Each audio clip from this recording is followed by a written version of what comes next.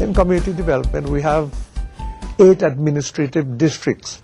In fact, it's one of the ministries, in my view, that cuts across all the services of other ministries as well. We could work with them, and we have a network of organizations outside there, community-based organizations, faith-based organizations, NGOs, national government organizations, and so non-governmental organizations. And when we work with them, they reach out to every nook and cranny of this country. And I don't think any other ministry has that kind of network to deliver outside there. And this is what we have to capitalize upon. We're working with the village councils. We have a register of village councils, women's organizations, youth organizations, sporting organizations. And they all come to us from time to time for assistance. But through our network of the community development district offices, we go out to them on a daily basis, go to their meetings, we help them to develop programs, we identify issues and their problems and so, and we try to give whatever assistance we can, whether it's financial or advice, planning projects and so. And this is what we do on the outside there. We have family days as well in the counties.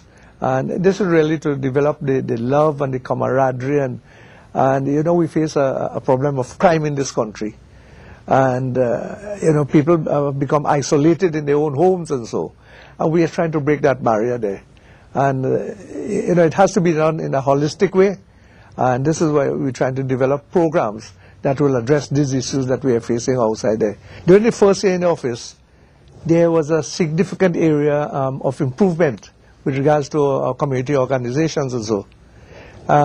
When we tally the reports from all the district offices and so, we have had 1,385 groups were serviced through the provision of technical advice and training, and the training we spoke about earlier on.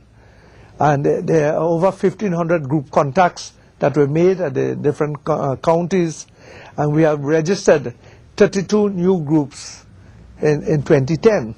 2011.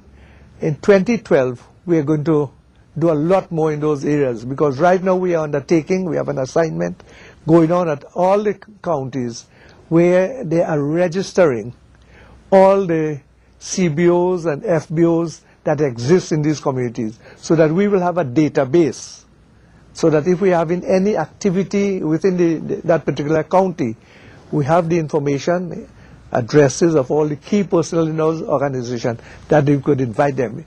If we are doing a poverty alleviation program in one community, we have all those groups we could invite to become part of this drive as well. If we are doing a leadership training, it must not only be with our village councils and women's group. It's going to involve all those organizations within that respective community and so that this is the kind of information we believe we must have as part of our tools to deliver outside there. The Prime Minister's Best Village competition is one of our oldest competitions in this country since independence.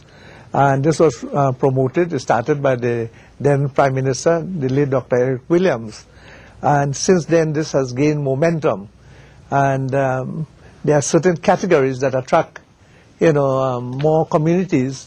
And we are trying to improve this competition. In fact, right now we are doing a strategic review of this program, and to encourage greater participation and to make it more relevant to some of the issues at this point in time. And if I were to give you an example here, when we first came into office, the Prime Minister has introduced or embarked upon the CNB TNT, Clean and Beautify Trinidad and Tobago. And we think that with that initiative, we should do something to really clean and beautify Trinidad and Tobago. And I made a point earlier on that when we should become more patriotic in this country.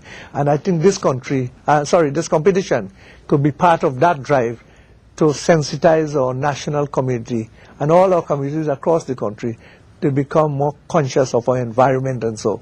And I feel as the Minister with responsibility for this, we could have some encouragement to get greater participation. This year we had to make a little adjustment to the program, in that the program was held according to calendar year.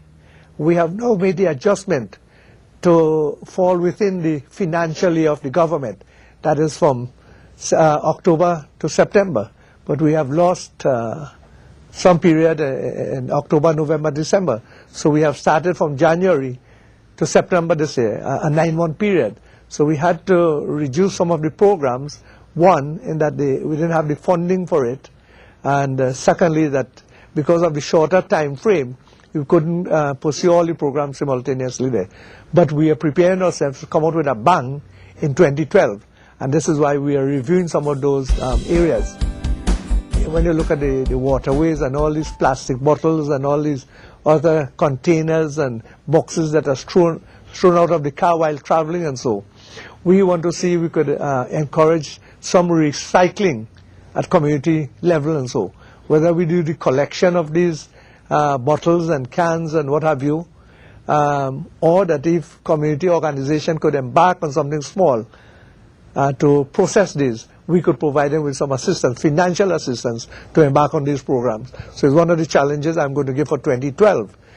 With regards, I would like, and I'm sure I could improve the prizes for these, make it substantial. I don't want to call a figure now, lest they hold me to it, but I'm sure I could do it with substantial improvements, and the prizes will be given for whatever projects they need for their communities, along with some cash prizes for the winning organization.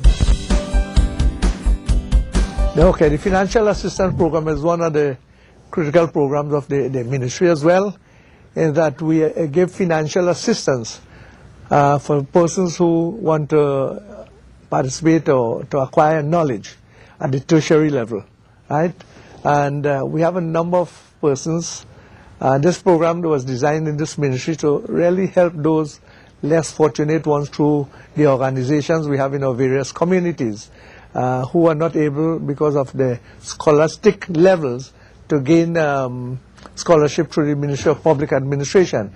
And this is where we assist here.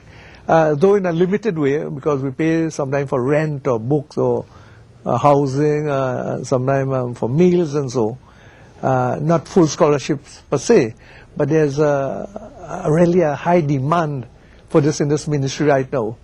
Over the past few years, there were some negative reports and so that were highlighted by the media, and since then lots of people are now applying to get assistance in this ministry. In fact, we have so many. I think we have over 400 applications right now, and we don't have the amount of funding. Personally, I would have liked to issue every one of these the necessary assistance they're asking for, but because of the limitation of funds, we have to find a way to screen, and sadly say that some may have to be turned down.